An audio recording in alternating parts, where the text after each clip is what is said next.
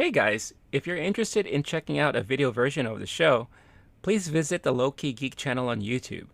There you can not only catch the video version of the podcast, but you can also check out my other projects and short form video that I produce. You can find a link in the description. Otherwise, sit back, relax, and enjoy the show. Hey guys, breaking news. I had to restructure my script for today as far as topics are concerned, but Hayden Christensen, it's been confirmed that Anakin Skywalker, his role as Anakin, will return in the Disney Plus series Ashoka, the Ahsoka series. So let's talk about that and whatever else I decide to talk about because I had to change things up. But anyway, Talking Talk Show podcast coming at you now.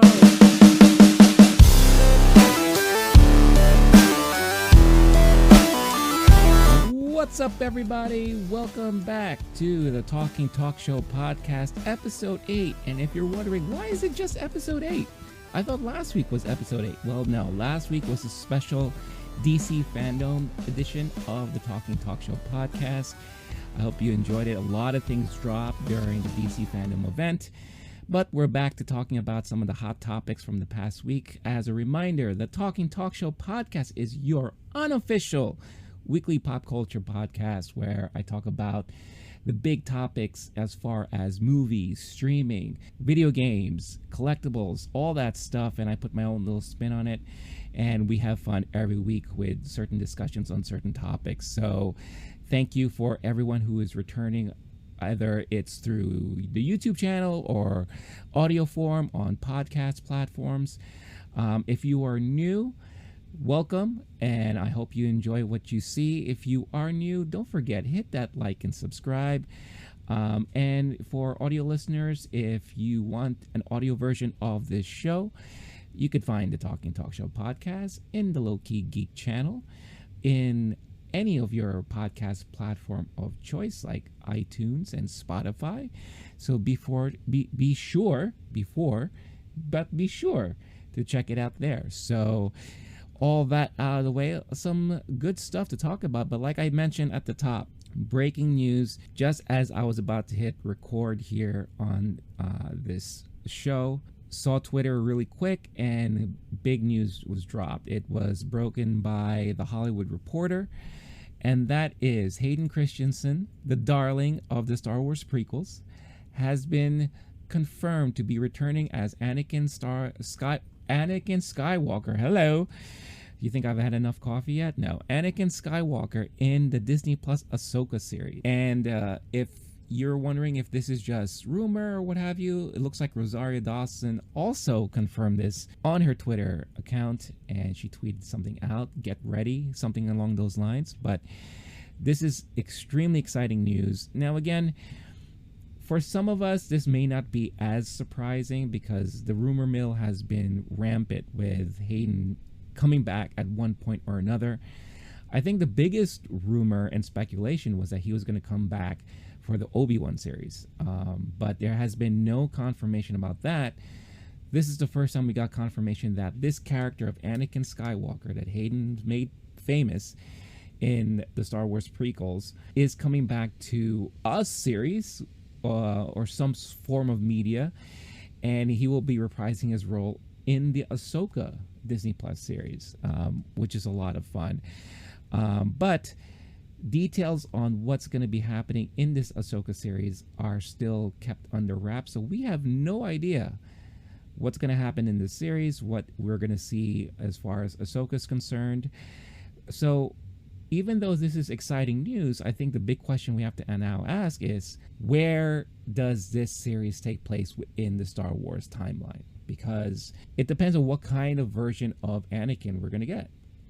The last time Ahsoka and Anakin met, Anakin was already full-blown Darth Vader, and they had their little squabble there, and they had their fight, and that was the last time that they saw each other during the Clone Wars series.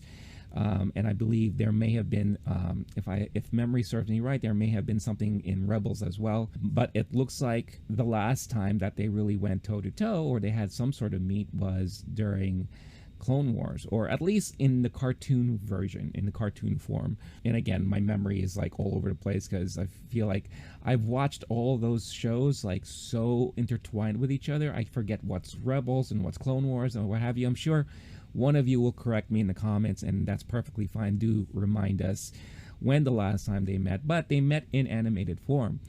But the last time we saw Ahsoka was in live action form during season 2 of The Mandalorian. And we all know The Mandalorian, at least timeline wise, this takes place after the events of Return of the Jedi.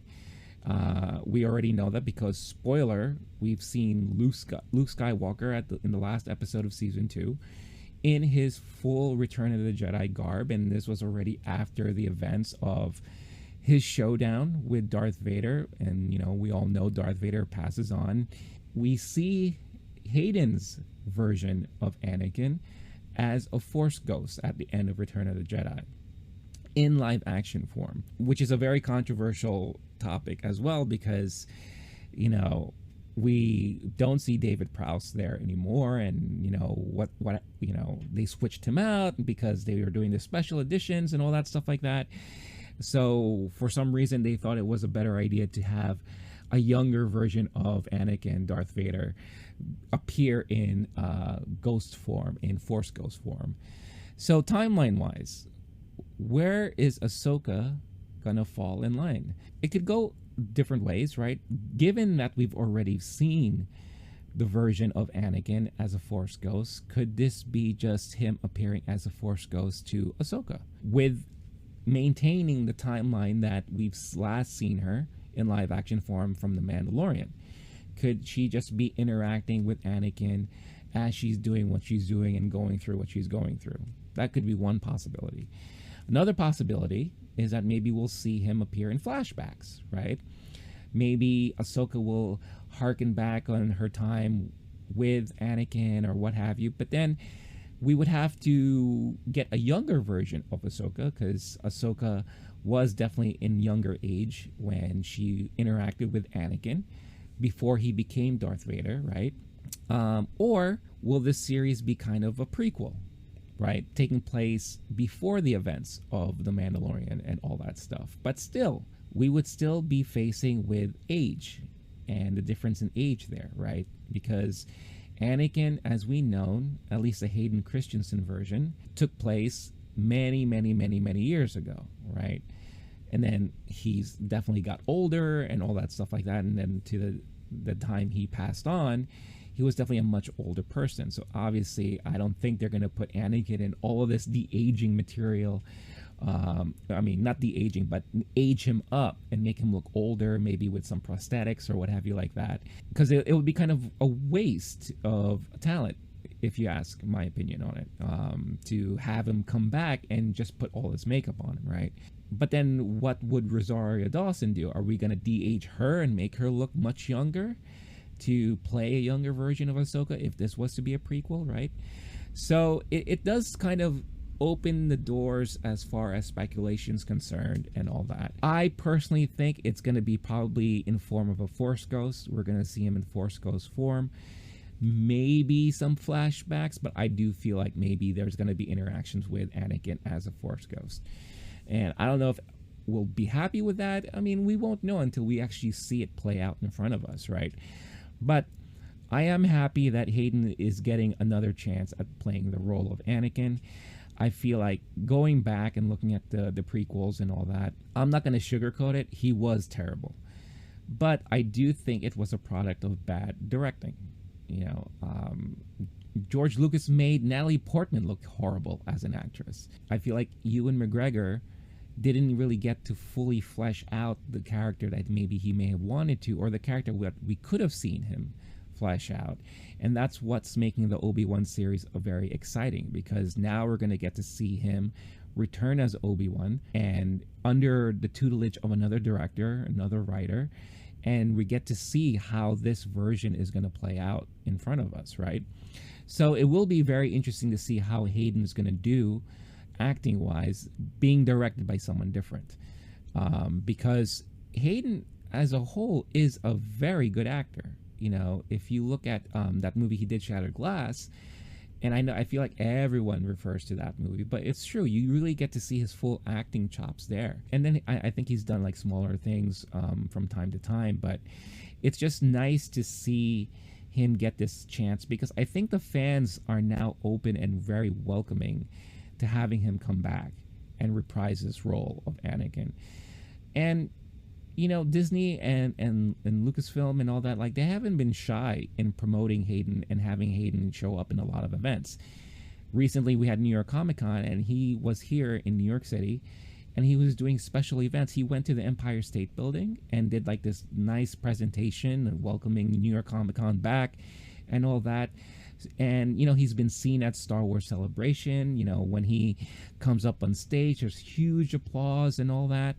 So I do feel like the fan base, at least my generation fan base, is open and ready to welcome him back and give him another shot. Now, the generation who grew up with the prequels, who are now a lot older, will always have fond memories of Hayden. And I feel like for them, their Star Wars journey started with the prequels. So they're always going to have Hayden as that figure for themselves, kind of like, well, how we had our own Luke Skywalker and our own version of Darth Vader and what have you. So I think they're always going to be welcoming for him to come back and reprise this role. So very exciting stuff. I'm really, really excited to see how this is going to play out. What's going to be, what his role is going to be like. Is it going to be a big role? Is it going to be just like we get to see him maybe 1 episode or 2 episodes or what have you?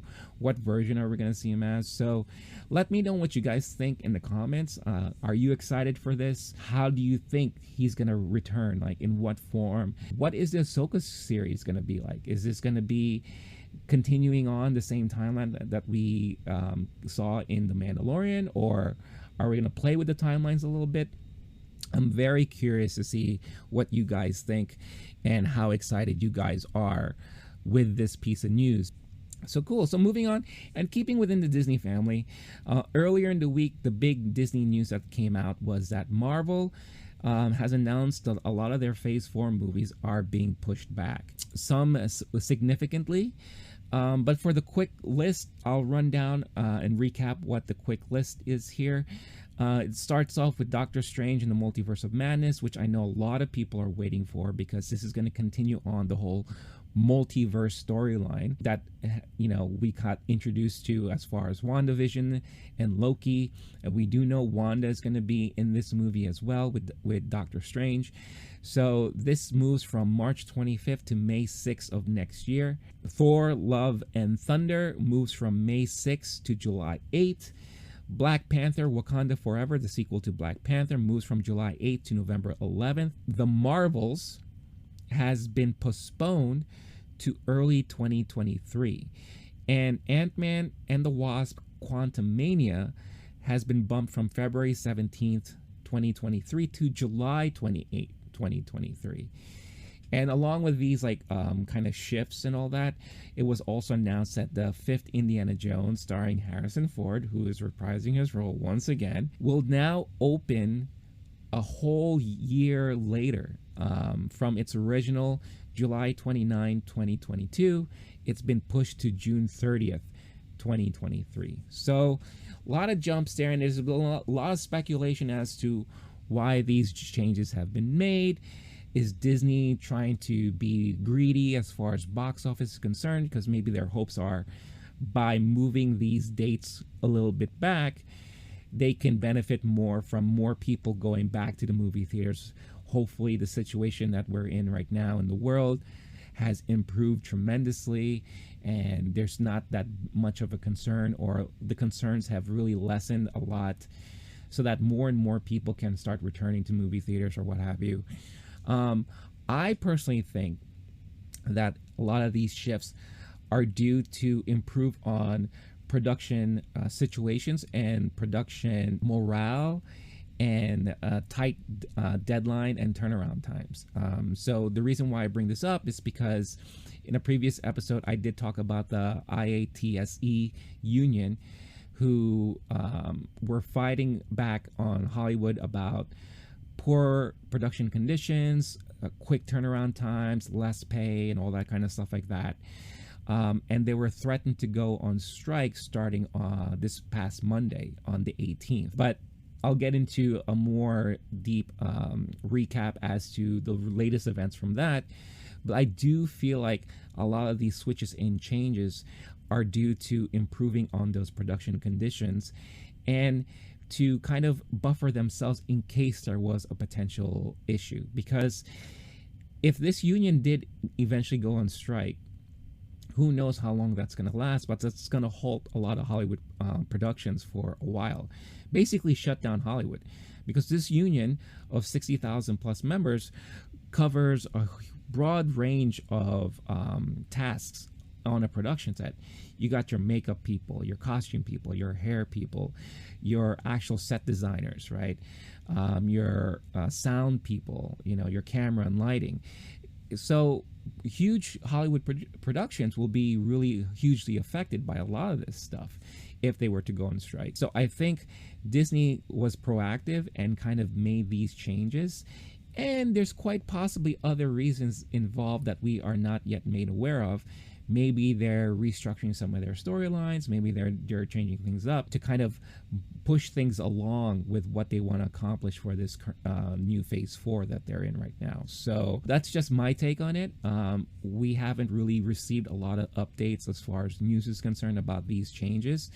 Yeah, it kind of sucks that we have to wait several months more from their original dates, but we're still getting these movies, right? We just have to be a little patient. And it's not like there's a lack of content, new content that is coming out, because in a couple weeks in November, not a couple, but in November at least, we have the new Hawkeye series coming out on Disney Plus, and we still have the Miss Marvel show that's coming out. I believe there's also She-Hulk that's still being in the works, and all this other Disney Plus series and shows that they're working on. So there's going to be enough content for us to fill in the gaps before we get another major Marvel movie. And of course we have Eternals that's coming out next week. Not next week, but in 2 weeks. So that is going to be the next Marvel movie that we get to enjoy. And then of course we have the new Spider-Man No Way Home in December. So we still have stuff coming out, and we have to wait a little bit. I am curious as to how it's going to affect the Indiana Jones movie, because let's face it, Harrison Ford is not young anymore. He is up there in age. I believe he's 79 years old now. And for him to be coming back in this type of role, it's going to be very interesting to see how that plays out. Unless his role is going to be minor, and we may now finally get the handing of the baton to someone else, or maybe the movie's going to play more on flashbacks and past events that maybe the current Indiana is going through and recollecting in his mind, and retelling stories, kind of like what we saw with the Young Indiana Jones Chronicles on TV back in the day. Who knows? I mean, it'll be definitely interesting to see what happens here. But yeah, that was like really big news that happened earlier in the week. And now that we're in this topic, let me get back to the whole IATSE union strike, right? So as I mentioned before in a previous episode, the IATSE, let's just call them like IATSE, right? Or IATSE? IATSE. The IATSE union were threatening to go on strike because of poor conditions for their union workers, right? And this includes bad pay, quick turnaround times, unfair treatment on set, all this kind of stuff like that, right? And if you want like a full list, I did create a clip out of all the details. You can find that on the YouTube channel in the playlist, in one of the playlists I have there. But this union, which compromises of, like I said, 60,000 workers, within this union there's 36 unions overall. Now basically they had a vote the previous week, and they all voted almost unanimously to agree to go on strike, and that strike would have took place on this past Monday on the 18th. Sunday prior, they were able to strike a tentative deal with the AMPTP, which is like a bunch of producers and studio heads and all that stuff that represent the Hollywood productions, right? So there was a tentative deal that they struck. And basically the details of this deal is that the tentative agreement provides a 54-hour weekend, which is a lot more than what they're getting now, because usually Hollywood productions would shut down for the weekend. But because of these quick turnaround times, they found a lot of union workers having to work during their weekends, half of the weekend, sometimes full weekends, depending on the production. But now they agreed to provide a 54-hour weekend and a 10-hour turnaround time between shifts for all workers on all productions. But no mention about increase in pay or additional benefits as far as like medical benefits are concerned or anything like that, which is why a lot of the union members were in heavy disagreement on this tentative deal. Now, the members of the unions will get to vote whether or not to continue on with this tentative deal or not, and that voting could take up to several weeks or what have you like that. So Hollywood is saved for now, but this does not mean that this is gonna end things and everyone's gonna be all hunky-dory and happy and go back to work, no problems and no questions asked. It could still be overturned by the members of the unions. So it's going to be very interesting to see what's going to happen there. But based off of a lot of things that I've read and a lot of things that I've seen on Twitter, a lot of union members are not happy with this tentative deal, so much so that they're calling the leaders of the IATSE, they're saying that they're failing them, that they're basically failing in striking that agreement that they really want for the unions and all that. And I think one of the other major disappointments that the union members had was that conditions of revolving around streaming, because streaming now, production times are so fast and they're very quick, and because there's a lot of content that needs to be produced. And this includes streaming platforms, as I mentioned before: Disney Plus, HBO Max, Paramount Plus, Apple Plus, all that stuff, right? So one of the things that I've read also that I'll quote right here is one major disappointment for the IATSE is that streaming services will not have to pay extra residuals into the pension and health plans that had largely flown under the radar as the focus turned to long hours and rest periods.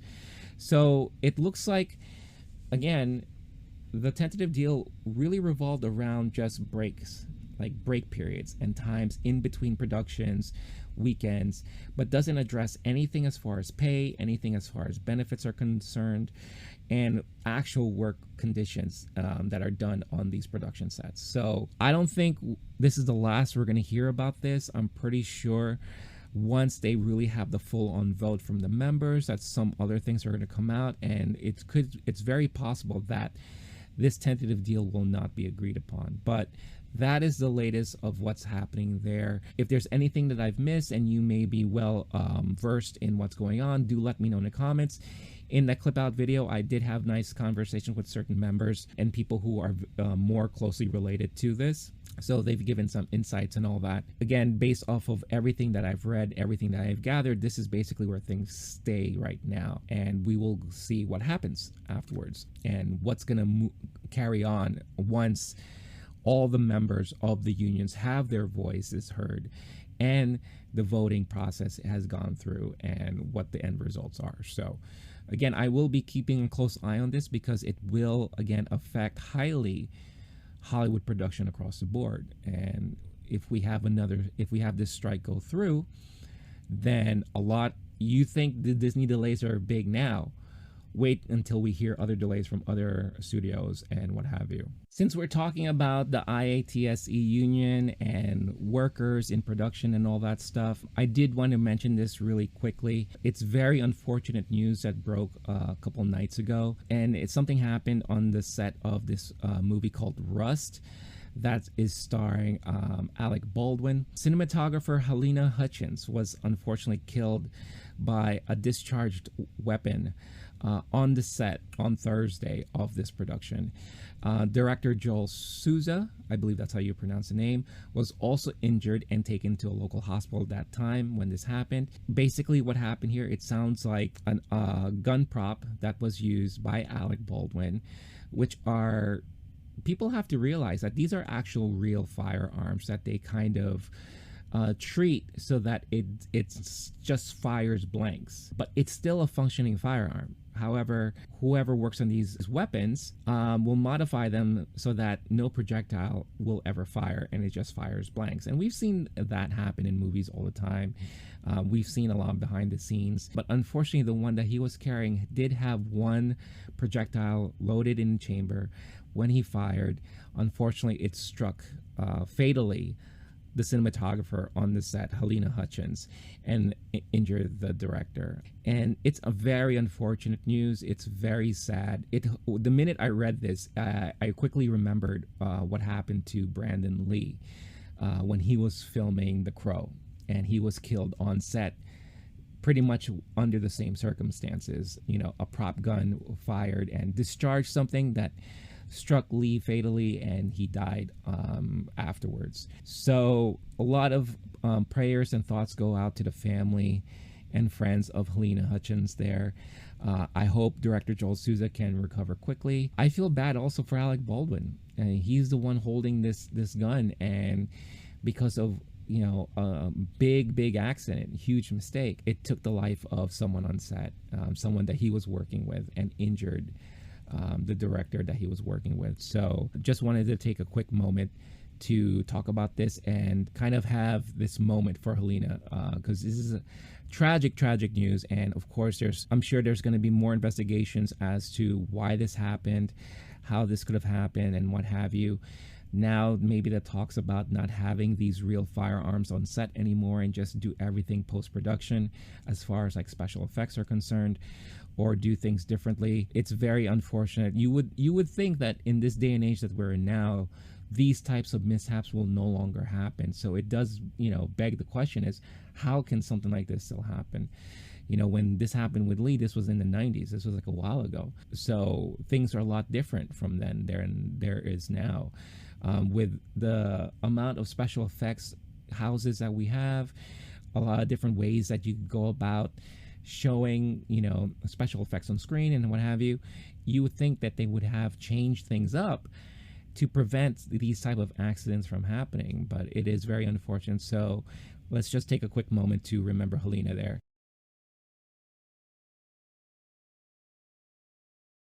All right. There's never really an easy transition from news like that, but we will do our best here. Something that I found extremely shocking, and this is news that broke out last weekend, and I just wanted to talk about it real quick because I did talk about this again as one of my anticipated shows for the year, based off of a property that I was a pretty big fan of, and that's Y the Last Man. So it was...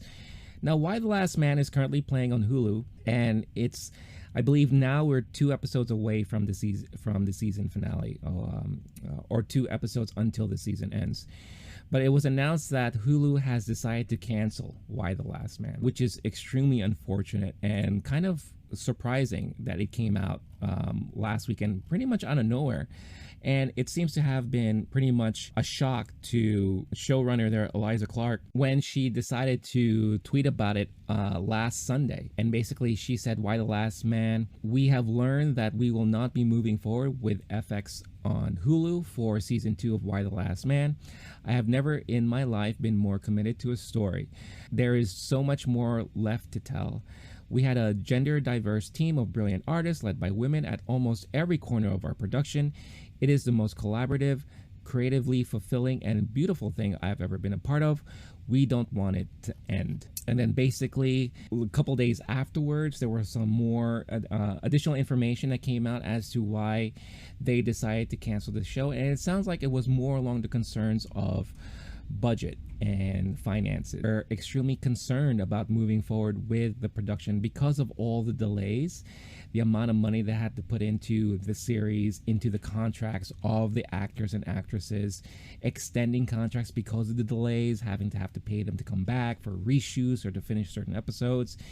And then if this show doesn't, really pick up, to commit again to another set of round of financing for season 2, it looks like they were just not confident that this would be a good choice and something good to do moving forward. So basically it just continues the troubled history of Y the Last Man and adapting it to either the big screen or the small screen or some sort of screen, right? Just to recap on the journey that this property had, the original comics were published between 2002 and 2008, right? When the series finally wrapped up, there was a lot of talks that it was being picked up to be a feature film. But after a lot of back and forth and failed talks and all that kind of stuff like that, it just never happened. But by 2014, this is going back 7 years ago now, the rights of this series got back into control under Brian K. Vaughan, who is the creator and writer. And then he had negotiations with FX, who picked up the rights in 2015. But for at least 3 to 4 years, nothing's happened. But then 2019, FX had ordered Y the Last Man to finally become a series. That same year, the network split with the series' original showrunners and eventually brought on Eliza Clark to be the new showrunner for the show. In early 2020, the role of Yorick had to be recast with Ben Schnetzer taking the lead role. Then when, the pandemic happened, it stalled production. And basically, this was originally supposed to air on the FX cable network channel. It was then moved to the deal that they have with Hulu to be featured on the streaming platform, right? And then it finally launched in September. And then there were the reviews that came out. I reviewed the first couple of episodes, the first 3 episodes, and admittingly, I was not fully impressed. I mean, I am interested in the storyline. I am interested to see what their approach is, and some of the acting is great, but overall I felt the acting was very bland and not very, the way I put it, it was very tough for me to watch. It just wasn't strong for me, a lot of the acting. And some of the critics were saying that the show itself just felt bland and, not that appealing or interesting. It didn't capture you like how The Walking Dead captured you when it first came out, right? And I always like to give shows the 3-episode test. And if after 3 episodes I'm fully in, you got me, you hooked me in, then yeah, I'm going to watch the rest of it. But I was like teetering. I was like, I don't know. I am still very curious to see how it plays out. I'll give it a shot, but I'm not going to be eagerly going episode to episode, week to week, watching the show. Not like how I am with like the Marvel shows or the Star Wars shows or even Wu-Tang. That's also on Hulu. That I go watch week to week. But why? I kind of just like said, I'll get to it when I got to it. And I pretty much fell off, to be quite honest with you. I haven't gone back after watching the 4th episode. So I'm still planning to watch it, but it's going to be bittersweet because once the series season ends, that's it. We may never have a chance to watch this series again. Now, Eliza did mention that she's going to try to talk to other streaming platforms and hopefully get it picked up. We've seen this happen before. Lucifer was rescued by Netflix, and Netflix was able to continue the Lucifer series. Cobra Kai was picked up from YouTube Premium, which not a lot of people were watching, but it was one of their best things that they've ever had. Probably the only thing that they ever had that was worth watching. And Netflix came and rescued it as well. And now we have the 4th season coming out by the end of the year. So hopefully, we can get to see the same thing happen here again, where maybe Netflix steps in and say, hey, all right, we'll pick up another season or 2 and let's see what you guys do with it. Or maybe this can go to Amazon or what have you. But it is pretty unfortunate because, again, when you look at the source material and you go back to the comic books, the story itself is fascinating. One of the most well-written comic storylines that I've ever seen. And, it was very intriguing. And I really wanted to be able to enjoy this on screen, just like how I did with The Walking Dead when it came out. And, hopefully it'll capture more of an audience that could possibly go back and start rereading the comic books, or just experience everything for the first time through the show. But yeah, it's one of those things that happens to, at times, certain productions or properties where they just have this cloud over them and they just never have the right luck. Look at The Crow.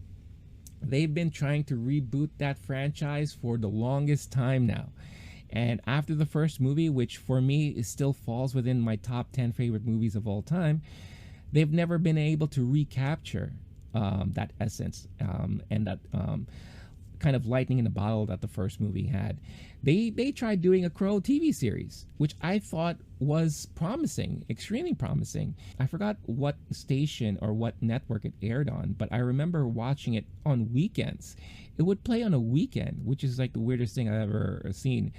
But the actor they hired for that role of Eric Draven was very well done, and it was continuing his storyline in a way. And I thought that was very promising, but that didn't last long either.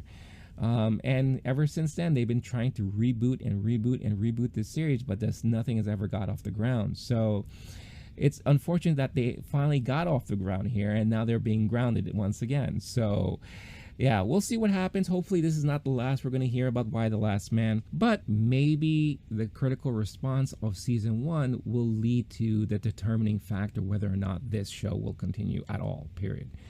So we'll see what happens. I mean, I will, as soon as the season ends, I'll make sure to catch up on all the episodes, and I'll do my full season recap, which might turn into just a series recap, and see what happens. But yeah, let me know if you guys have been watching this series at all. What are your thoughts on it? You know, has it hooked you? Is it something that you were interested in? I've heard from several people that they were really into this series, and it was like one of their favorite series of the year so far, which is great, you know. But I am very curious to hear what other people think about this series as a whole. And if we never get to see another season, are you going to be fine with that? Like, is it something where you're like, oh, well, you know, on to the next one, because there's so many things to watch anyway, right? So we'll get to see what happens. Hopefully more good news will come up. All right, y'all, before we get into some additional topics here, I just want to talk about Amazon Prime. Because why? Because it's spooky season. If you're like me right now, you are going through some of the classic horror movies, or you're catching up on horror movies that you haven't seen before. I just recently watched Midsommar for the first time. Woof! That was a doozy. But I really enjoyed it, and if it wasn't for Amazon Prime, I wouldn't have been able to check it out. So, like I mentioned, it is spooky season, so be prepared to scream as you stream the latest horror movies on Amazon Prime, just in time for Halloween. In addition to horror favorites you know and love, Prime Video has released 4 new Amazon original thriller titles: Black Box, The Lie, Nocturne, and Evil Eye. Amazon Prime is a great streaming service that allows you to stream many of your favorite movies, along with Prime original series like The Boys, Invincible, and the highly anticipated Wheel of Time that launches on November 19th. Not a member of Prime? No worries. Follow the link in the description to sign up for your free 30-day trial today. You can, of course, cancel anytime, but with such great streaming content, I'd be surprised if you do. Again, sign up today for your free 30-day trial by clicking on the link found in the description, and prepare to be spooked. But in all seriousness, guys, Amazon Prime, now I know they're still trying to figure out their streaming service, you know, when it comes to like originals and all that stuff, but there's a lot of great content on there. I'm a huge fan of The Boys. If you haven't watched The Boys yet, you have to check it out. One of the great comic book adaptations that has their own TV show right now, or streaming show as I should say, Invincible, something that was a shocker when it came out. You know, it took me a while to get into, but the animation, you know, just like it was ripped right off the comic book. So really, really great stuff there. And a lot of great movies, like I mentioned before, some originals from Amazon and some of the classics. So do check it out. And like I said, with the 30-day trial, you could cancel anytime you want. But do check it out. And if you click on the link in the description, it will also help support the channel. So be sure to do that, and I will be greatly appreciated. But speaking of streaming, guys and gals, have you watched that little teaser snippet from the new Cowboy Bebop live action series on Netflix called Lost Session? Now, I've been kind of critical about this series because of many things, and let's just get the big thing out of the way. Anytime you adapt anime to another form of media, which is whether it's a live action movie or a live action series, it's very hard to do. because there are certain things you can get away with in anime form that you can't get away with in live action. And I think writers and directors and special effects people, they have a hard time trying to capture that same charm, that same spirit and essence that characters in a certain series are able to do in animated form compared to live action, right? So when I first started hearing that Cowboy Bebop was being translated to live action, of course I was extremely hesitant, right? Then we saw the first photos from the production itself. John Chu playing the lead character of Spike there and all that. And I was like, I don't know. It looks kind of cheesy. It looks like they're really trying their hardest to capture frame by frame, look by look, the same look of the anime characters, and that could be rough. That could be very, very hard going. Then during To Doom, Netflix's To Doom event, we were treated with the opening intro, where they basically, in live action form, mimicked the opening intro of the anime series, and I got hooked. I gotta tell you, the way they were able to capture the feel of the characters, the feel of the series as a whole, kind of like I said, that spirit and that charm, they were able to repurpose it and display it in a live action form of media that I was surprised that they were able to do. Now, of course, there's a lot of special effects and the way that they handled a lot of the scenes and all that stuff like that. A lot of post-production work, right? But still, it worked for me, right? So I'm like, all right, I may give this a shot. Then they released this little short, this little teaser, and they called it Lost Session, which pretty much gives you a good sense of how the characters interact with each other, how they go about, because basically the story is that they're like bounty hunters, right? And it gives you a feel of how the series is going to look. And wow, I was extremely impressed. I believe the short is like 3 minutes or so and change, but the minute it ended, I was like, I need to see more. I really want to see more. They got me. It got me. This was the nail in the coffin for me. This got me. Now I really want to see it. I already said this was going to be a show that I was going to check out as one of my most anticipated for the rest of the year as far as streaming is concerned. But now they fully got me. I am fully on board. I'm going to check this out. The way that the action scenes were done together, the whole thing was just very meta in a way. They were interact with each other, but the characters, the live action characters, are jumping from panel to panel, as if you like something you would see in a manga or something that you would see in an anime, right?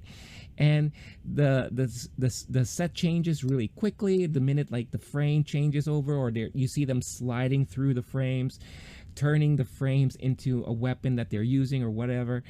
I was really impressed in how they put that all together. That's a lot of work being put into this type of show.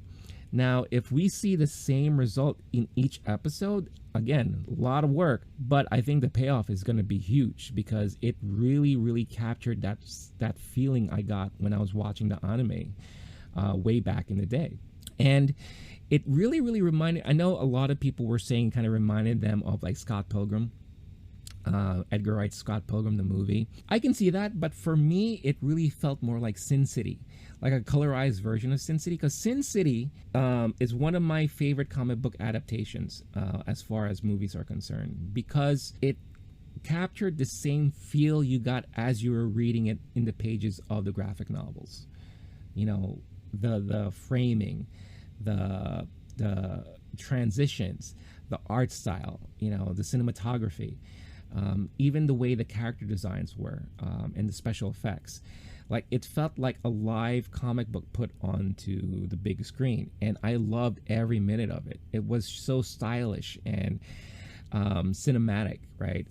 And I feel like this is turning out to be a colorized version of that, and I'm impressed. And like I said, if every episode is going to have the same type of elements, then this is going to be a home run.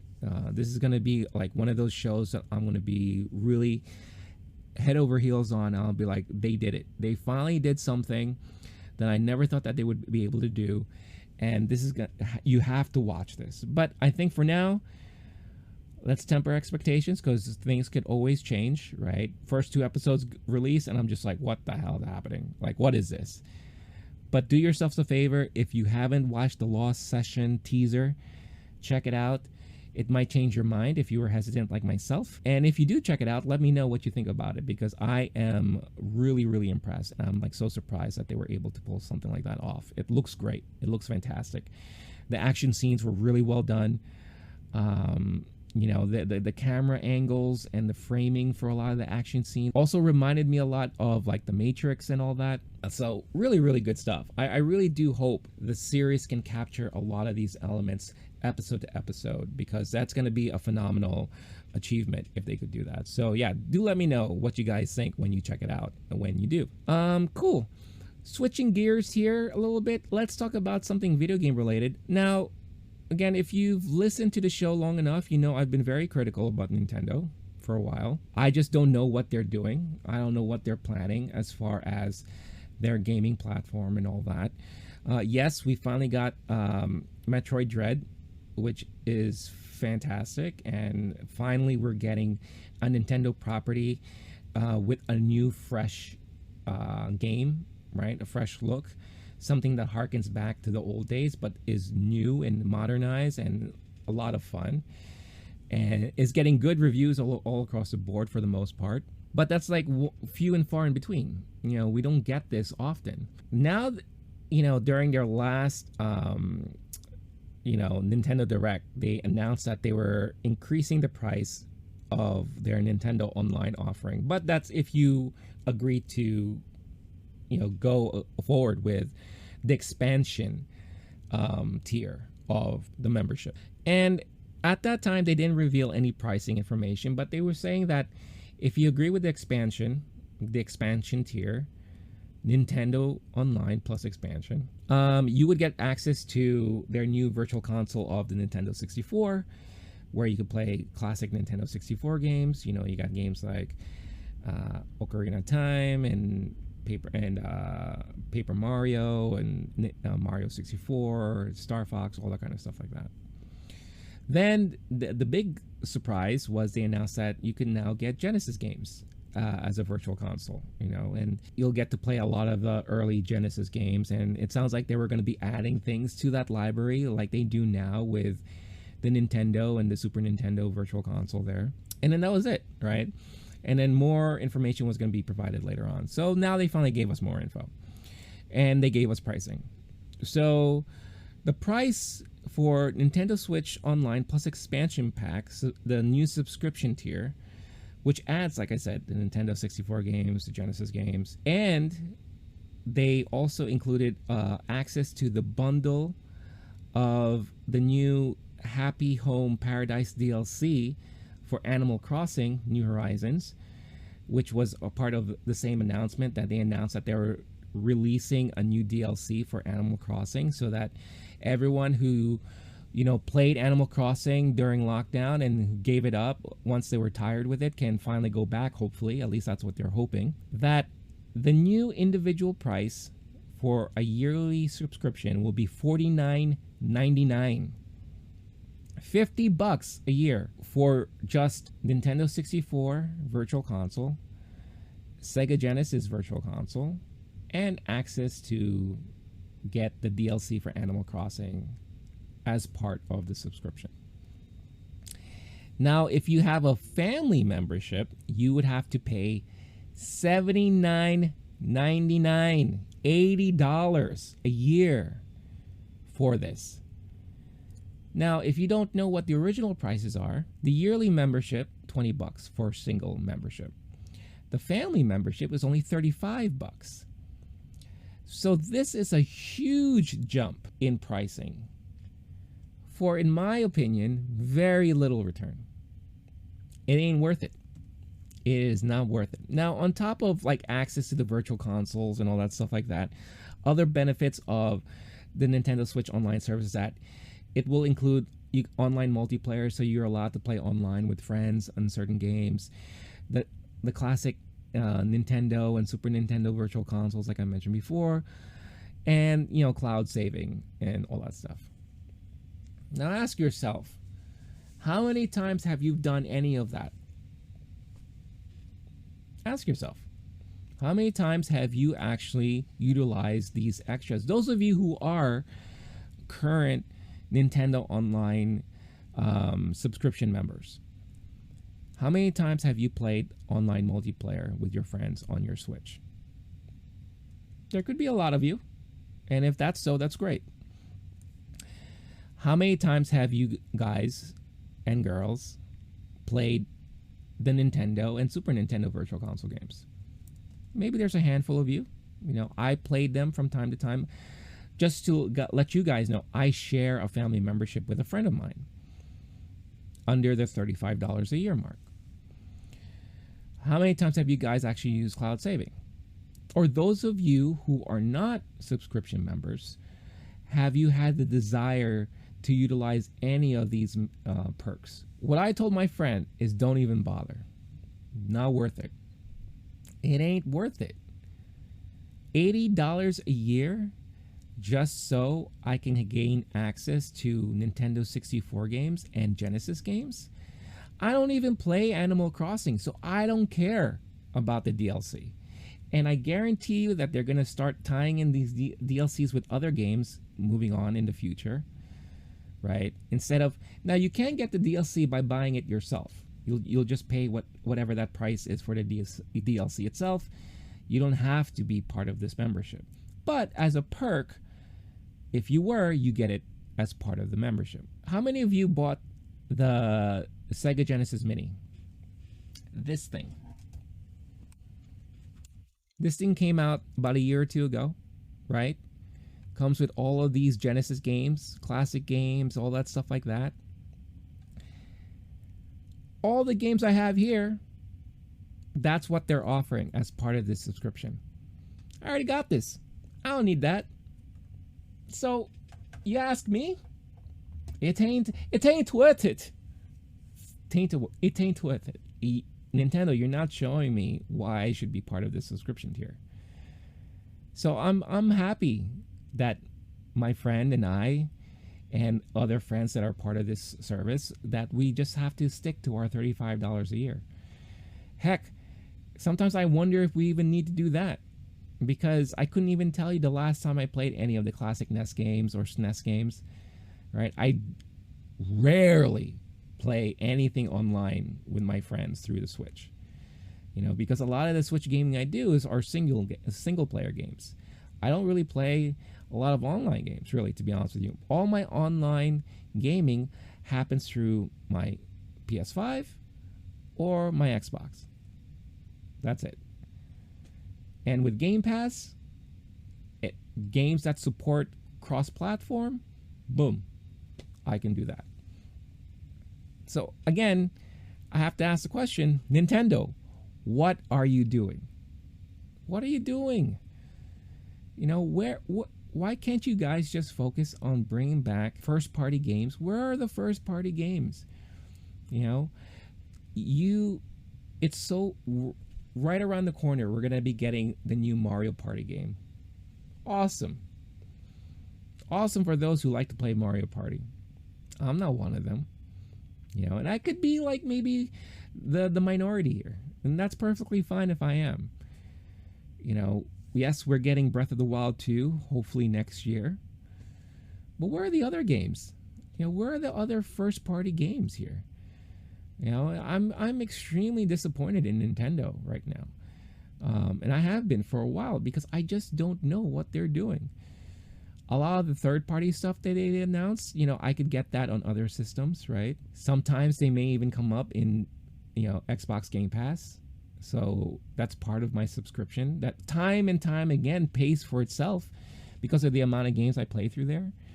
But yeah, I'm extremely disappointed. And again, I could be the minority here. For you guys watching, you know, guys and gals watching or listening, if you play Nintendo games on your Switch and you are satisfied, let me know. Let me know what's keeping you satisfied, you know, because for me personally, my Switch is hanging out docked in the little dock for months now. I've yet to touch it. Now that Metroid Dread is out, I get to finally play a new Nintendo Switch game. But when was the last time I got to play anything? I couldn't even tell you. It's been forever. So yeah, it's very disappointing. It's extremely disappointing. Hopefully, Nintendo has some stuff up their sleeves, and then maybe next year they're going to announce a bunch of stuff that's going to be coming out. But as of right now, it's, they just released their OLED version of the Switch, which also I feel was unnecessary. I mean, I know, there are some people who went out there and bought it and they were happy with it and all that stuff like that. But that's great if you plan to do a lot of mobile gaming with it. I don't. So again, it didn't speak to me. But again, I could just be the minority here. I don't know. Maybe that's the case.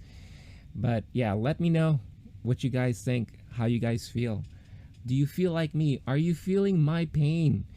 I just want Nintendo to be better.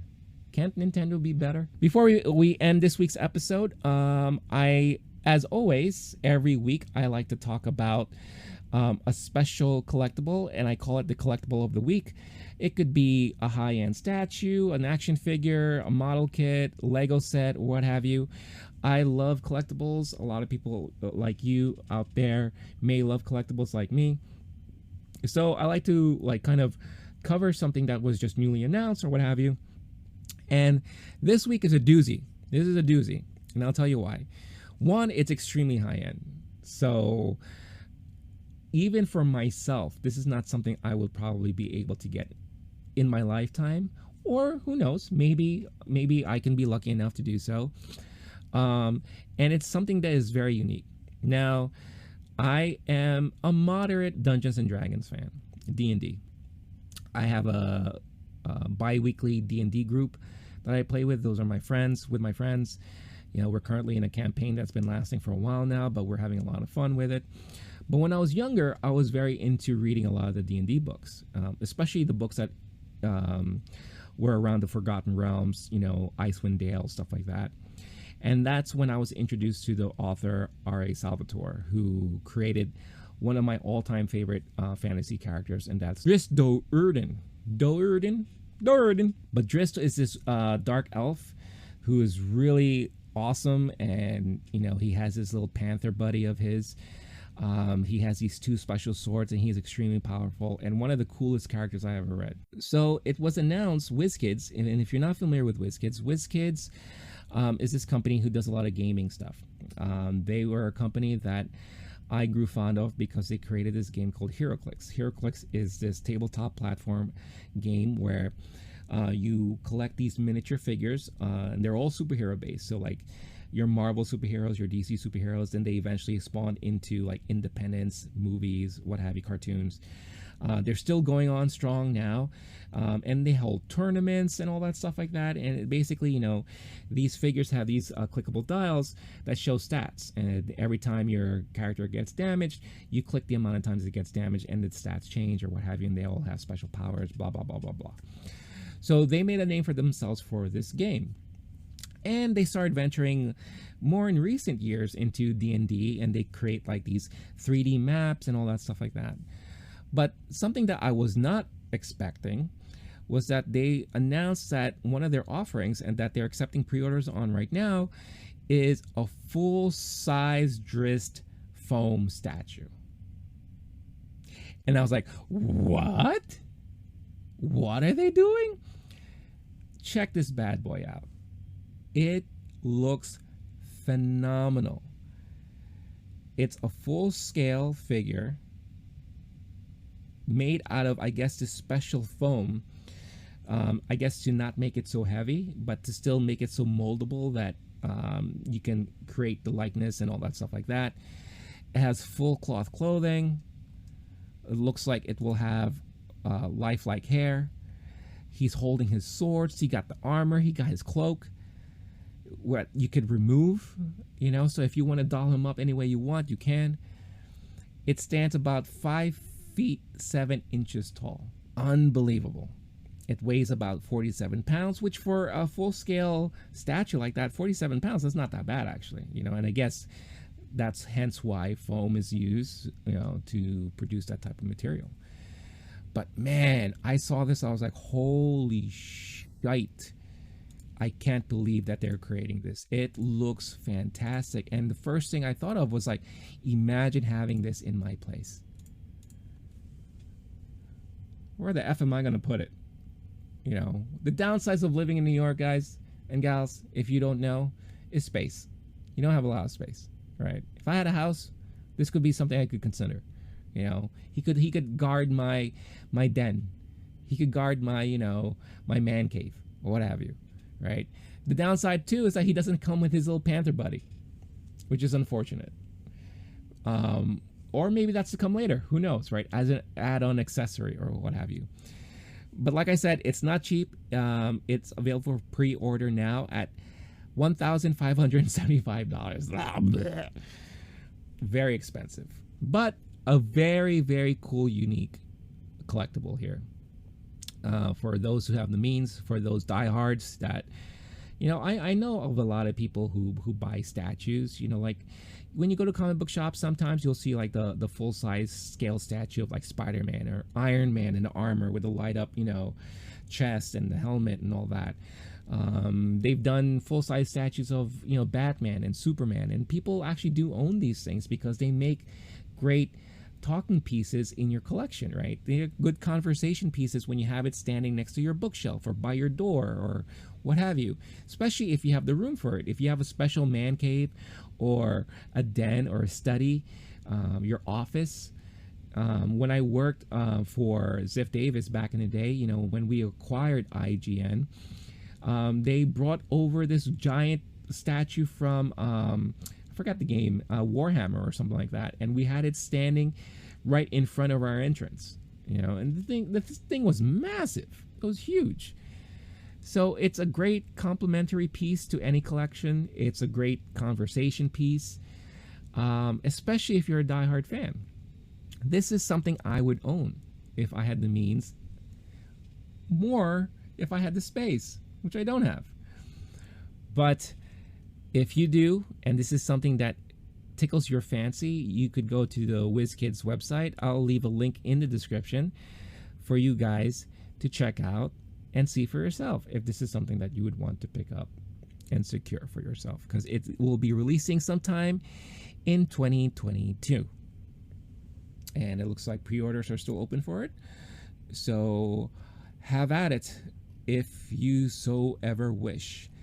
So that's about it for now for this week. Ladies and gentlemen, thank you again for tuning in to the Talking Talk Show podcast. Always appreciate your patronage and always appreciate all of you tuning in, whether it's on the YouTube channel or on our podcast platform. Again, don't forget, smash that like, hit that subscribe button. Don't forget, if you are interested in the audio version, to check out the show on your podcast platform of choice. Also stay tuned to the YouTube channel because I will be releasing some new reviews. As of the taping of this, I have just seen Dune, Denis Villeneuve's Dune, so check out for the review for that coming soon, and The French Dispatch, the latest from Wes Anderson. So do stay tuned for that, and always every week, do your best to give yourself some time for yourself. Whether it's reading your favorite book, playing your favorite video game, watching one of your favorite movies. It's always important after the busy week that you've had to allow some time for yourself to kind of unwind, give back some of your own mental health, and take some time just to do something fun. Take a walk, go to a museum, if you feel comfortable. Just give yourself that time to really unwind, because there's nothing more important than your own mental health. It'll keep you going for weeks and weeks once you start allowing yourself that time to do so. And as always, like I say every week, stay cool, stay classy, stay safe, and I'll catch all of you guys in the next episode. All right, y'all? Peace.